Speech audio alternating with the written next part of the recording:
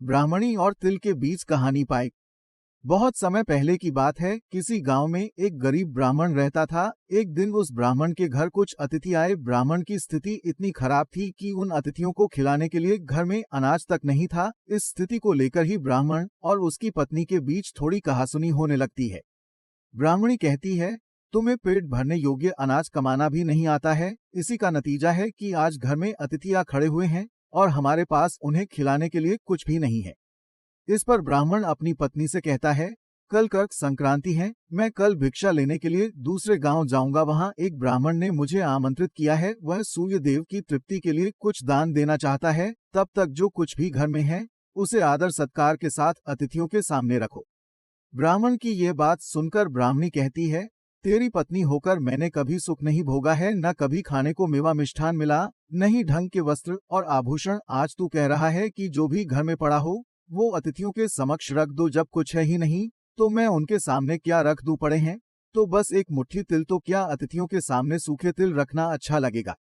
पत्नी की ये बात सुनकर ब्राह्मण कहता है, ब्राह्मणी, तुम्हें ऐसा बिल्कुल भी नहीं कहना चाहिए। कारण यह है कि इच्छा के अनुसार किसी भी मनुष्य को धन की प्राप्ति नहीं होती है। जरूरी है तो पेट भरना, और पेट भरने योग्य अनाज तो मैं ले ही आता हूँ। अधिक धन की चाहत अच्छी नहीं, ऐसी इच्छा का तुम्हें त्याग कर देना चाहिए। अधिक धन की इच्छा के चक्कर में मनुष्य के माथे पर शिखा बन जाती है। Powered by dubbers. ब्राह्मणी के इस सवाल का जवाब देने के लिए ब्राह्मण अपनी पत्नी को शिकारी और गीदड़ की एक कहानी सुनाता है। ब्राह्मण कथा की शुरुआत करता है। एक दिन एक शिकारी जंगल में शिकार की खोज कर रहा था। जंगल में कुछ दूर आगे बढ़ने के बाद शिकारी को एक काले रंग का पहाड़ जैसा विशाल सूअर दिखाई देता है। सूअर को देखते ही शिकारी अपना धनुष उठा लेता है और कमान खींचते हुए सूअर पर निशाना लगा देता है।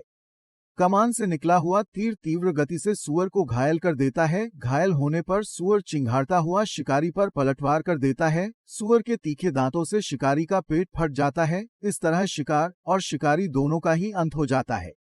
इसी बीच खाने की तलाश में भगता हुआ एक भूखा गीदड़ वहां से होकर गुजरता है, जहां शिकारी और सूअर का शव पड़ा हुआ था। बिना मेहनत इतना सारा भोजन देख गीदड़ मन ही मन बहुत खुश होता है और मन ही मन सोचता है कि आज तो ईश्वर की बड़ी कृपा हुआ, जो इतना अच्छा और अधिक भोजन एक साथ मुझे मिला है। मैं इसे धीरे धीरे और आराम से खाऊंगा ताकि लंबे समय तक मैं इसे उपयोग में लाऊंगा। इस तरह मैं इस भोजन के साथ लंबे समय तक अपनी भूख को शांत रख पाऊंगा। इन सभी बातों पर विचार करते हुए गीदड़ सबसे पहले छोटी छोटी चीजों को खाना शुरू करता है। तभी उसे शिकारी के मृत शरीर के पास धनुष पड़ा दिखता है। गीदड़ के मन में पहले उसे ही खाने का विचार आता है और वह धनुष पर चढ़ी डोर को चबाने लगता है। गीदड़ के चबाने से धनुष पर चढ़ी डोर टूट जाती है और डोर के टूटने से धनुष का एक सिरा वेग के साथ गीदड़ के माथे को भेदता हुआ ऊपर निकल आता है। गीदड़ के माथे को भेदकर धनुष का जो सिरा गीदड़ के सिर पर निकल आता है, वह ऐसा प्रतीत होता है मानो गीदड़ के माथे पर शिखा निकल आई हो। घायल होने के कारण कुछ देर बाद गीदड़ की भी मौत हो जाती है। इतना कहते हुए ब्राह्मण कहता है, ब्राह्मणी, इसीलिए मैं कहता हूँ कि जरूरत से अधिक लोभ से माथे पर शिखा आ जाती है। ये कथा सुनने के बाद ब्राह्मणी कहती है, ठीक है, अगर ऐसी ही बात है तो घर में जो मुट्ठी भर तिल पड़े हैं उन्हीं को मैं अतिथियों को खिला देती हूँ।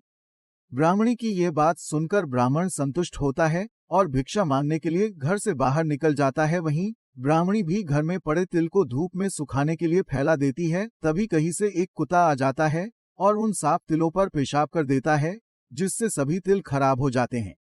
तिल के खराब हो जाने पर ब्राह्मणी काफी परेशान हो जाती है और सोचती है, यही तो तिल थे जिन्हें पकाकर मैं अतिथियों को खिला सकती थी। अब मैं क्या करूं?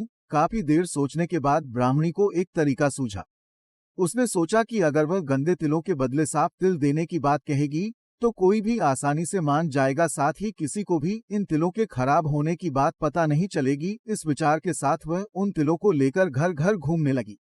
ब्राह्मणी की ये बात सुनकर एक महिला वह तिल लेने के लिए तैयार हो गई, लेकिन उस महिला का पुत्र अर्थशास्त्र पढ़ा हुआ था। उसने अपनी माँ से कहा कि इन तिलों में जरूर कोई न कोई खोट होगी, वरना कौन साफ सुथरे तिलों को गंदे तिलों के बदले देने के लिए तैयार होगा। पुत्र की ये बात सुनकर महिला ने ब्राह्मणी के तिलों को लेने से मना कर दिया। कहानी से सीख। हमारे पास जो भी होता है हमें उसी में सुखी रहना चाहिए। किसी के पास ज्यादा चीज देखकर दुखी नहीं होना चाहिए।